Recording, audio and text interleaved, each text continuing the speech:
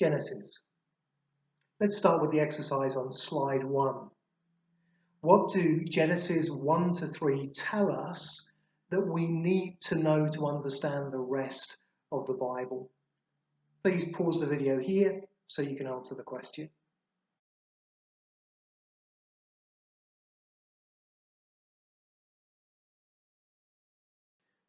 What do Genesis 1 to 3 tell us that we need to know to understand the rest of the Bible? Well, these chapters are absolutely foundational, aren't they, for understanding the Bible, but also for understanding life on earth. They explain our place as human beings in the universe, and they explain why we need Jesus to rescue us. These chapters explain our world today. It's good. It's so good in so many ways, and yet it's so broken. These chapters explain that God, the Creator, rules over everything, including us and our lives today. These chapters explain the dignity of all human beings, that the sanctity of life, male and female, black and white and coloured, children and adults, the born or the unborn, because human beings are made in the image of God. These chapters explain why human beings must rule well over God's creation and explore and investigate the things God has made. These chapters explain the value and purpose of work. They explain sexuality and marriage, and therefore they provide us with the basic building blocks of a healthy society. And these chapters explain where it all went wrong and sin entered into the world.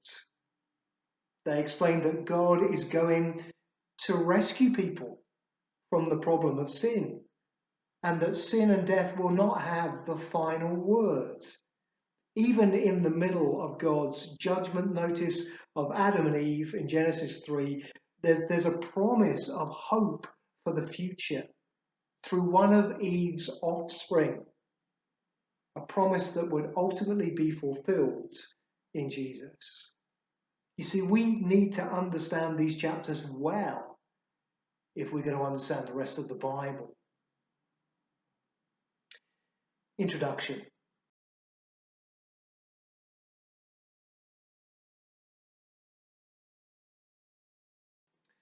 Genesis is the first book of the Bible, and as its name implies, it's the book of beginnings. The title comes from the Greek word for origins.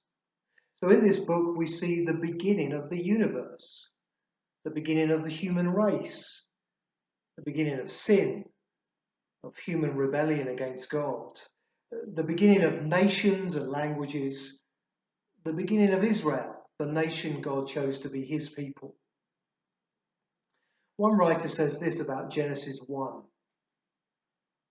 It's no accident that God is the subject of the first sentence of the Bible. For this word dominates the whole chapter and catches the eye at every point of the page. It's used some 35 times in as many verses of the story. The passage, indeed the book, is about him first of all. To read it with any other primary interest, which is all too possible, is to misread it. The very first verse of the Bible tells us that God is the source of creation. There's no more fundamental statement, I think, than Genesis 1:1, where we're told, in the beginning, God created the heavens and the earth. Despite what people often say today, Genesis 1 tells us that God, the God of the Bible, is the all-powerful creator of the universe. The God of the Bible is the one who's made the universe by the power of his word. He's the source of all that's good. Genesis 1 actually answers questions that science and history could never answer. It answers the ultimate why questions and who questions. It tells us why we exist. It tells us who made the world and who made us as human beings. It tells us who rules over all that we see around us. It explains the big questions of life on earth. And this book of Genesis covers a very long period of history. Longer maybe than the history of the rest of the Bible put together.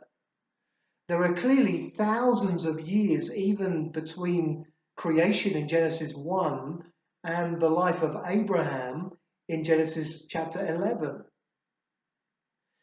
Genesis starts with the people of God in the Garden of Eden, probably in the area of what we now know today as Iraq. And it ends with the people of God in Egypt. The book can be divided into two parts, Genesis 1 to 11, and then Genesis chapters 12 to 50. Genesis 1 to 11 could be labelled prehistory. It's describing the earliest time in human history. And it describes four great events: creation, the fall, the flood, and the Tower of Babel. Genesis chapters 12 to 50 could be labelled patriarchal history. It's describing the stories of the founding fathers of the nation of Israel. And so this section describes four great people: Abraham, Isaac, Jacob, and then finally Joseph. We've already thought about Genesis chapters 1 to 3, but let's have a think about Genesis 4 to 11. What happens in these chapters? Well, this is a period that's characterized by a number of things. First of all, we see sin getting worse in these chapters. The rebellion against God that we first see in Adam and Eve is now seen in their children. Cain kills his brother Abel. Lamech, his descendant, then boasts about murdering someone. The wickedness of people that causes God to send the flood, the sin that's so obviously present after the flood, the arrogance that leads to building the Tower of Babel. We don't see things getting better. We see things going from bad to worse. Also, we see that after Eden, death reigns. In the genealogy of Genesis chapter 5 that describes the generations from Adam to Noah, we constantly find this phrase: and then he died. And then he died. And then he died. But just as we saw with Adam and Eve, we also see here signs of God's grace. Cain the murderer is protected by God. Noah is remembered by God. People are judged by God at Babel, but they're not killed because of their sin. Which brings us to the second section of Genesis. Genesis chapters 12 to 50. Things look pretty bleak, don't they, in these first 11 chapters because of sin. Where's the hope for the future of humanity? What's God's solution to this problem of sin and its effects in the world? Well, God's plans for the future of humanity hinge on one man and his descendants. God would be at work in a group of people, the nation of Israel, for the good of the whole world. Enter Abraham. Look at the exercise on slide 2. Read Genesis chapter 12, verses 1 to 9. What is the importance of these verses? Please pause the video at this point to answer the question.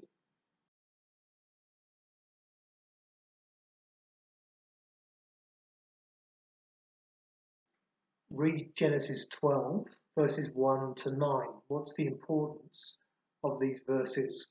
Well, notice first of all that Abraham, or Abram as he was called then, at the age of 75, obeyed God's command, verse 1, by leaving Ur and then Haran and then going to Canaan. Look at map 1.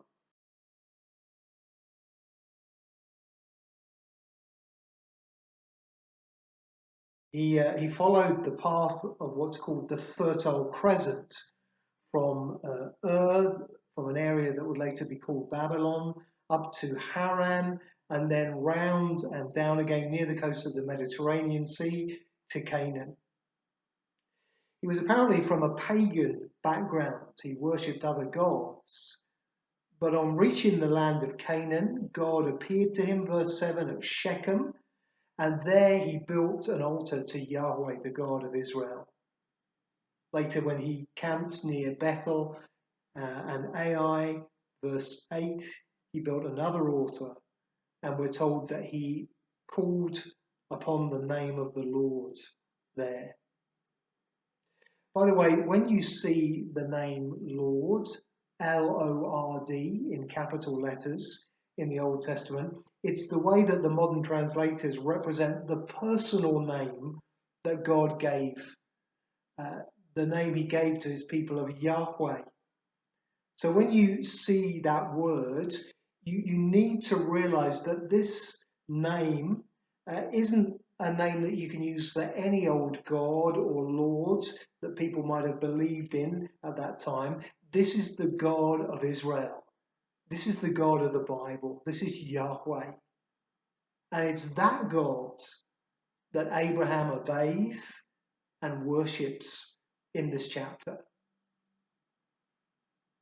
But notice as well that when God commands Abraham to go to Canaan, he also promises him 3 things. He promises Abraham, first of all, that a great nation would come from him, verse 2. And then he promises that his descendants would possess the land of Canaan, verse 7. And he promises, thirdly, that his name would be great and that the whole earth would be blessed through him, verse 3. Now, these 3 promises of descendants, land, and blessing are crucial for our understanding of the rest of the Bible. They're repeated a number of times in Genesis, and they're repeated not just to Abraham, but also to his descendants, Isaac and Jacob. What we find here is God entering into a formal covenant with Abraham and his descendants. God is serious about his promises. He's a God who always keeps his promises. But why are these promises important?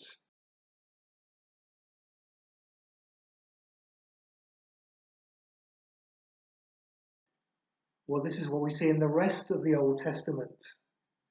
Abraham's descendants becoming the nation of Israel. God calling this small and unimpressive group of people his people. We see Abraham's descendants being given the land of Canaan under the leadership of Joshua many hundreds of years later. And we see other nations like the people of Egypt being blessed by Israel.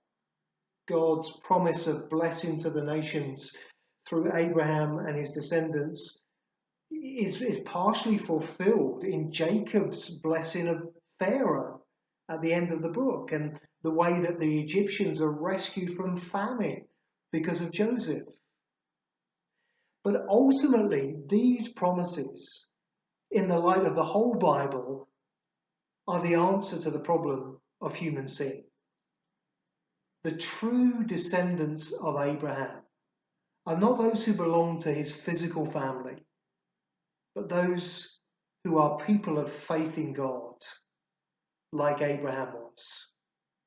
Abraham is known throughout the Bible as a great example of someone who trusted God.